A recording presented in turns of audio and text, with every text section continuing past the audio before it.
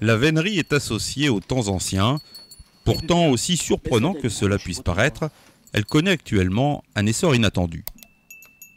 En Poitou-Charentes, la Vienne, avec ses 23 équipages, est un département bien représentatif de cet engouement.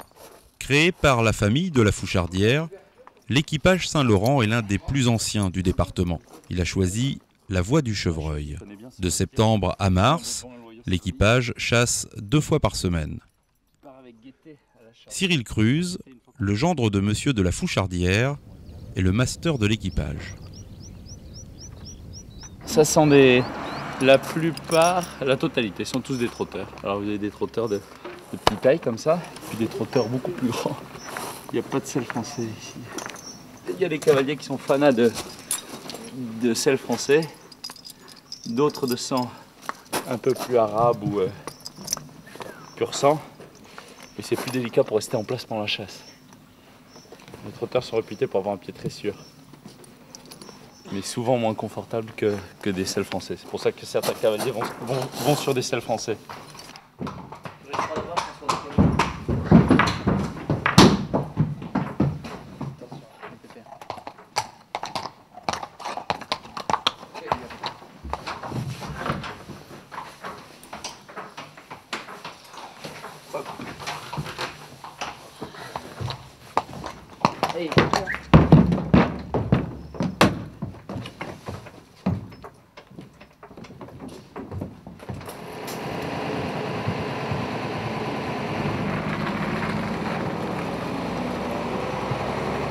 Une fois les chevaux embarqués vers le lieu de rendez-vous, c'est au tour des chiens de suivre.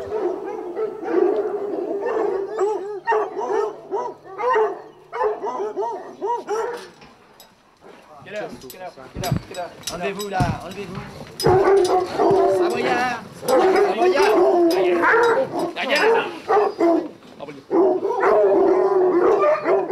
On creuse, on creuse, on creuse.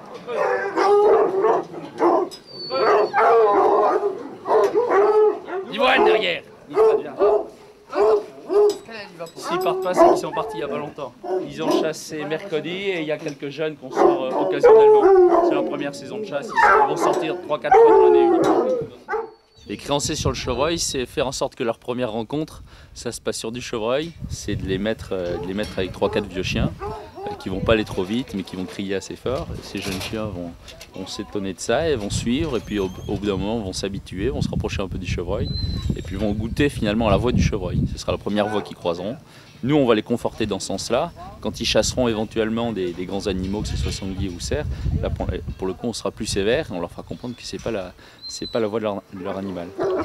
C'est une voix qui est différente de celle du cerf, différente de celle du lièvre, qui est peut-être plus fine que celle du cerf, mais c'est un animal qui effectivement joue de ça, puisque plus la chasse va avancer, plus la voix va s'amoindrir, et plus les chiens auront du mal à maintenir cette voix. Alors qu'au cerf, la voix se renforce et devient de plus en plus forte. Et quand un chevreuil prend beaucoup d'avance, on dit qu'on chasse en fort longé. Effectivement, ce sont des voix hautes. C'est des voix beaucoup plus faibles et les chiens en général sont plus appliqués. C'est l'intérêt d'avoir des chiens appliqués. Il faut certes avoir des chiens relativement rapides, pas trop non plus, mais des chiens qui ont le nez collé par terre. On essaie de voir en fonction des territoires sur lesquels on va chasser, si on va chasser en forêt, si on va chasser en plaine, exactement comme une équipe de foot si vous voulez. Vous avez besoin soit d'avoir des chiens très perçants, qui vont emmener un train, qui vont percer dans les bocteaux, quand nous on ne pourra pas être systématiquement aux chiens, ou alors avoir besoin d'avoir des chiens plus appliqués, plus posés sur la voie, puisqu'on va chasser en forêt. Donc tout ça fait un tout. Alors en fonction de ça, on choisit les chiens. Il faut que tout le monde suive le même train aussi, parce que le but c'est de chasser en meute, c'est pas d'avoir des leaders, ni d'avoir des suiveurs, c'est d'avoir une meute quand même assez homogène. Donc effectivement, quand on décide de chasser en plaine, on va prendre des chiens qui sont plus perçants, on va éviter de mettre des chiens trop lourds ou des chiens trop vieux qui ne vont pas suivre le train par exemple. Le train des chiens dépend énormément aussi de l'homme qui va les faire chasser. Des chiens qui comme cela peuvent chasser très gentiment, très doucement, très calmement, ou alors peuvent chasser à toute allure. C'est en fonction du tempérament de la personne qui les fait chasser.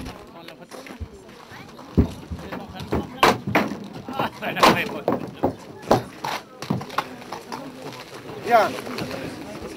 La politesse des rois étant de ne pas faire attendre, nous allons donc En cette journée chassée en forêt de Moulières, nous sommes particulièrement nombreux aujourd'hui.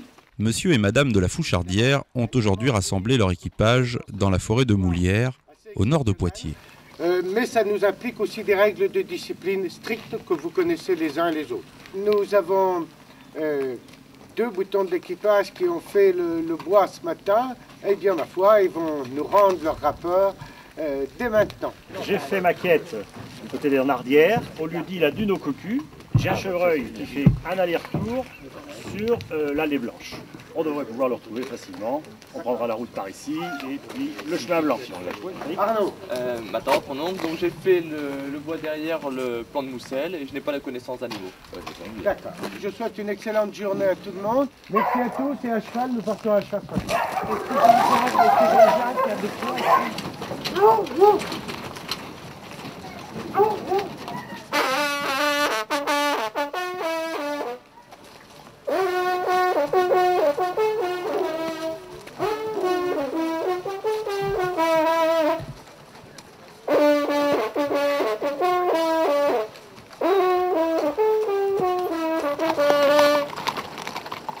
La forêt de Moulières est le plus grand massif forestier de la région, avec ses 7000 hectares, dont 4000 de forêt domaniale.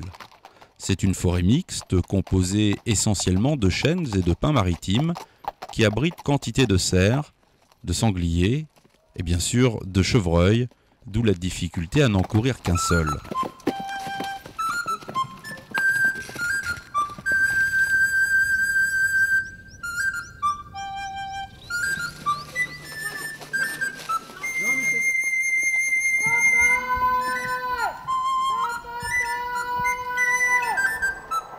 En vénerie, le chevreuil a la réputation d'être un animal de chasse particulièrement difficile à chasser. Sa voix est si légère et si fugitive, plus la chasse avance, plus la voix s'atténue. Magnifique brocard, mais magnifique brocard, il avait des bois secs ou pas? Ah, moi je sais pas, je le vois trop loin pour... Parce que ça, c'est un gros animal, ça peut être un brocard décoiffé, hein. Oui. Sans problème, hein. Parce qu'il saute avec 3 chiens derrière, il y en a un qui a reculé, mais ça saute. Non, moi ce que je vois, c'est un brocard qui est très foncé, très mouillé, et je pense qu'il est coiffé. Maintenant, c'est... Tu sais... Bah, certains. Bah oui. Là, on est sur un balancier, la chasse se déroule très bien, très vite comme vous voyez. Rien de grave, du balancier normal. J'espère qu'on va relever rapidement. Il semblerait qu'il recule, bute à la route, recule et s'en va dans les fonds derrière. C'est un animal plein de malice, capable de multiplier et d'enchaîner les subterfuges pour semer les chiens. Du coup, la chasse, qui s'applique à rester toujours sur le même animal du début à la fin, ressemble à une suite de relancers, forçant hommes et chiens à la plus grande des patiences. C'est le cas aujourd'hui. Les changes se suivent et chiens et cavaliers s'épuisent à courir, non pas un, mais plusieurs chevreuils. Deuxième change dans le même petit coin, dans la toute petite enceinte qui longe la route de Poitiers. Bon, faut confirmer tout ça.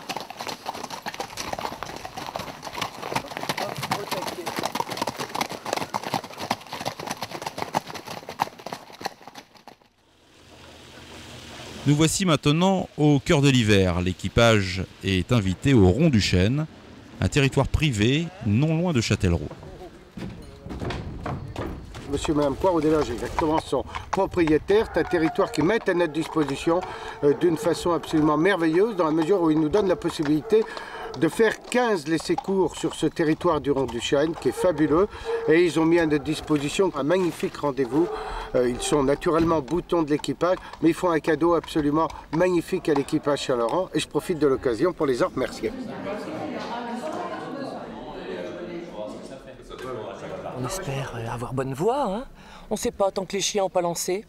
La température du sol est la même que la température de l'air, donc je pense qu'on a bon espoir. De toute façon, on aime tellement ça que par tous les temps on a envie de sortir, hein. Enfin là c'est raisonnable, bon ça fond, donc je trouve que ça va être bien. Bien. Nous sommes évidemment très heureux de chasser aujourd'hui puisque nous avons été privés samedi dernier compte tenu des conditions climatiques que nous avons eues. Donc c'est un grand bonheur de pouvoir rechasser aujourd'hui. Presque une semaine d'interruption, c'est long en période cynégétique.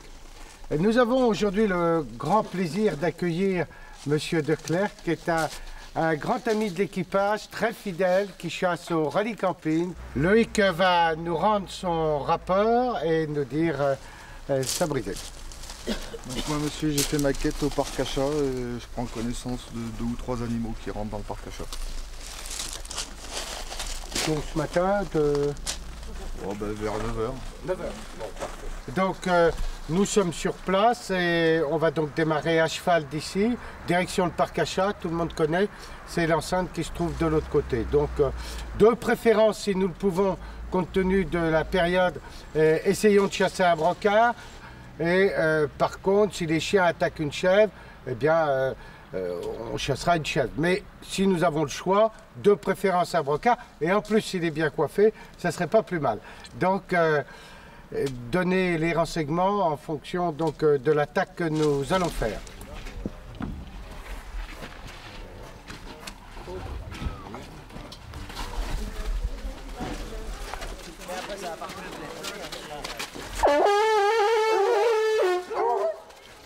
Un peu plus de chiens que d'habitude, comme on n'a pas sorti les chiens samedi, on est obligé d'entretenir tous les chiens et de les garder en forme, et il y a pas mal de jeunes chiens qui ne sont pas sortis, il y a pas mal de vieux chiens qui ne sont pas sortis, donc ça fait un petit mélange entre les deux, ça fait qu'on a pas mal de chiens aujourd'hui. On s'éloigne quand même.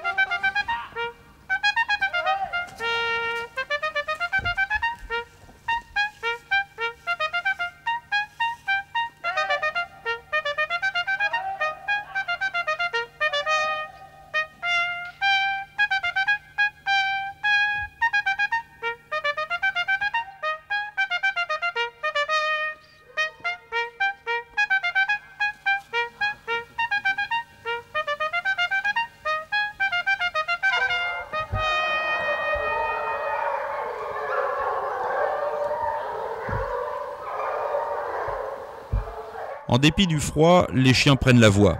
Taillot, le brocard est vu et les jeunes chiens donnent tout ce qu'ils ont. Mais seront-ils assez requérants? Auront-ils assez de sagesse pour détecter le change ou la double à venir? La partie est loin d'être jouée car l'animal de chasse a bien l'intention de tout faire pour semer ses poursuivants. Et pour couronner le tout, la météo est avec lui.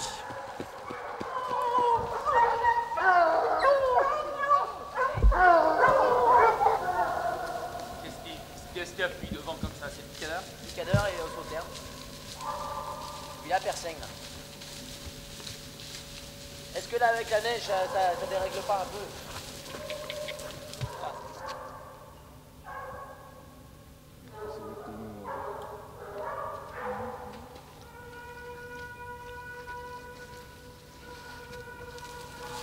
Un biais qui recule franchement au début. Quand on recule les chiens se remettent sur la voie chassée, on fait des bêtises.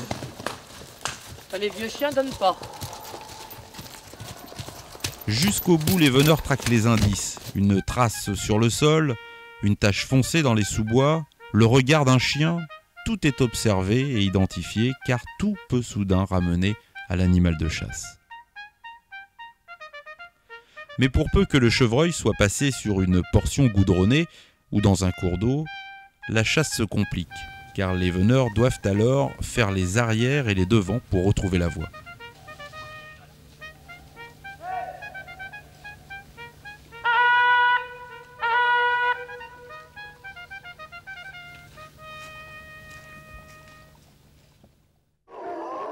Là, il y a des chiens qui entament leur première saison de chasse et il y en a d'autres qui ont jusqu'à 7-8 saisons. Tout le monde est ensemble. Tout le monde vit ensemble. Sauf, évidemment, je sépare les chiens en feu dans le chenil. Et puis après, il y a les chiots à l'élevage qui rentreront en meute au printemps. J'essaye d'aller chercher des saillies extérieures, notamment avec l'équipage de la Bourbancais, où j'ai beaucoup d'amis. Et puis dernièrement, j'ai été chercher une saillie au rallye Chouan. Avec la Bourbancais, c'est plus du Français tricolore. Avec le rallye Chouan, j'étais parti chercher une chose de vraiment poids de vin, quoi. Le fait de mélanger un peu de français tricolore, c'est peut-être ça alourdit un peu, mais ils sont plus fins de nez, plus ils sont lents, plus ils sont fins de nez, ça c'est clair. Donc on essaye d'associer les deux. J'apprends à chaque chasse. On voit leurs qualités et leurs défauts à chaque chasse, et une chasse ne ressemble jamais à une autre chasse, donc c'est clair que j'en apprends tous les jours, même avec dans la voie du chevreuil. Même les bons chiens qui un jour ont fait des trucs super, ils sont capables de faire la plus grosse des bêtises. Mais ça, c'est pas écrit d'avance. Retour en forêt de Moulières. Fidèles au poste, les boutons se retrouvent pour un nouveau laisser-cours. Bon, donc on va attaquer la bibaude et puis on essaie comme d'habitude ici. Puis on fait, on fait un tour là-dedans et on part à la bibaude après ça le long de la route et puis on... Voilà, et on vient dans cette partie-là. C'est ce qu'il y a de plus simple. Il y en avait deux le dernier coup d'abord. Il y en avait deux.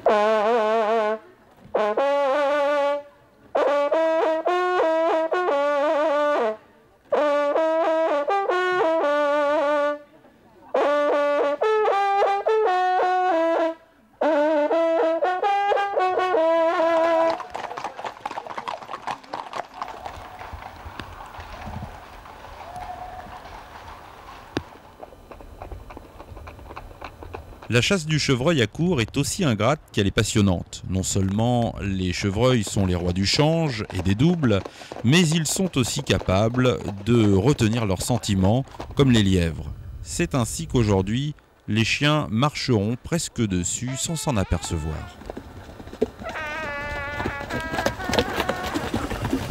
On n'a vraiment pas de chance. Deux fois, il est pris, archi pris. Est-ce qu'il n'y a pas eu un change là-dedans? Vous voyez rien devant? Supposer. Non, mais on le voit jusqu'au défriché, rentrer là-dedans. Mais les chiens sautent dessus, l'enjambe. Alors, bon, on a voulu faire puriste. On a dit, on n'y touche pas, on laisse faire les chiens. Bon, c'est évidemment parfait, mais l'inconvénient, c'est qu'il nous échappe. Il nous a eu, oui. Mais il doit être là, c'est pas possible. On va fouler un pied, on va tous s'y mettre. Faut marcher dessus quand même. Oh, c'est vexant, il est vraiment archi pris. Les chiens n'ont pas sauté dessus pour le prendre. Ils étaient à côté. Super. Magnifique.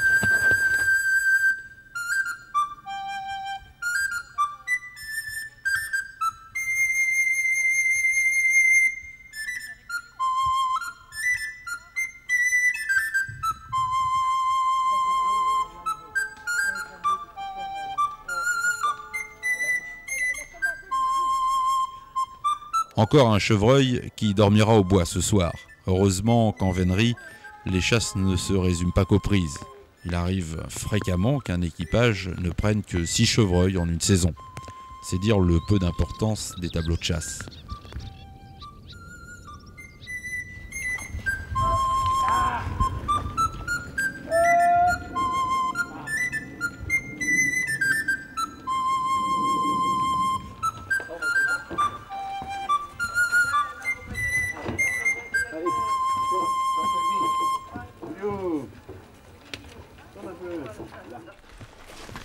Bien, écoutez, je vous souhaite la bienvenue. Nous retrouvons l'équipage en marche pour un laisser-cours en territoire privé au Bois des Cours. Les contre-allées et aux voitures qui sont autorisées à rouler très doucement parce qu'il a vraiment beaucoup plu et c'était très sec avant, donc le sol est très fragile.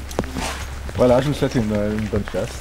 Bon, juste deux mots pour remercier monsieur et madame de Rambure une fois de plus de donner cette possibilité de chasser sur ce superbe territoire.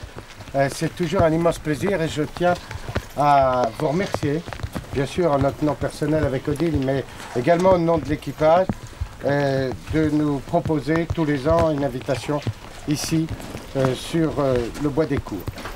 Donc je n'insisterai jamais suffisamment sur les consignes qui vous ont été données. C'est simple, c'est facile, il n'y a qu'une seule chose à faire, c'est les respecter.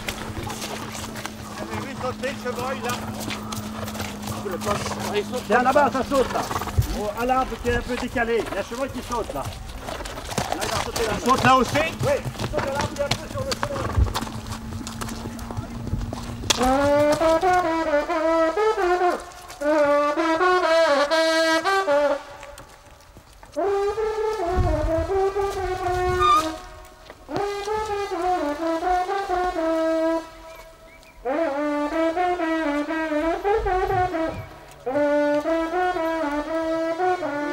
Au fil de la saison, les jeunes chiens ont bien progressé et beaucoup appris de leurs aînés, mais seront-ils assez fins pour repérer les changes et les doubles des chevreuils?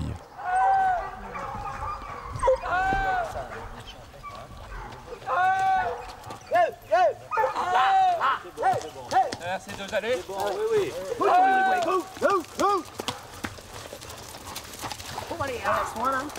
Non, pas loin. À 20 mètres. À 20 mètres devant vous.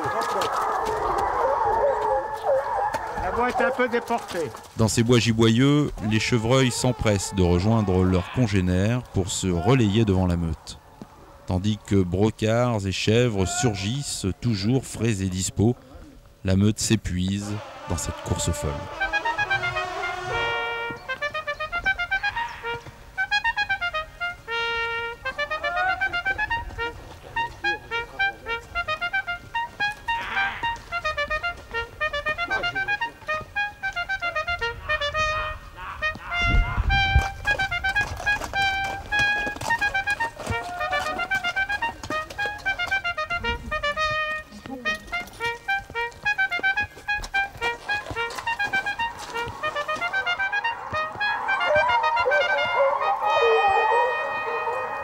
Les chiens vont beaucoup moins vite que tout à l'heure.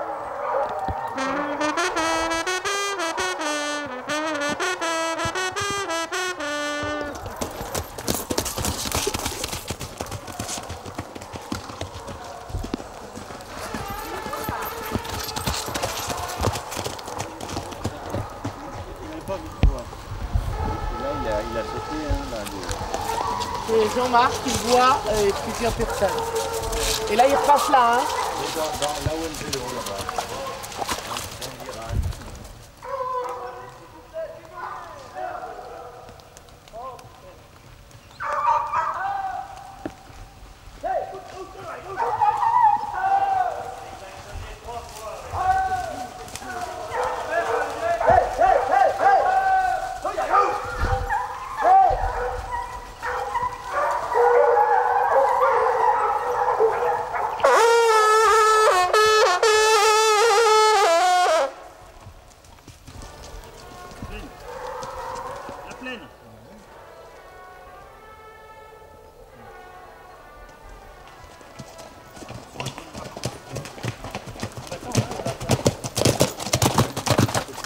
Plaine.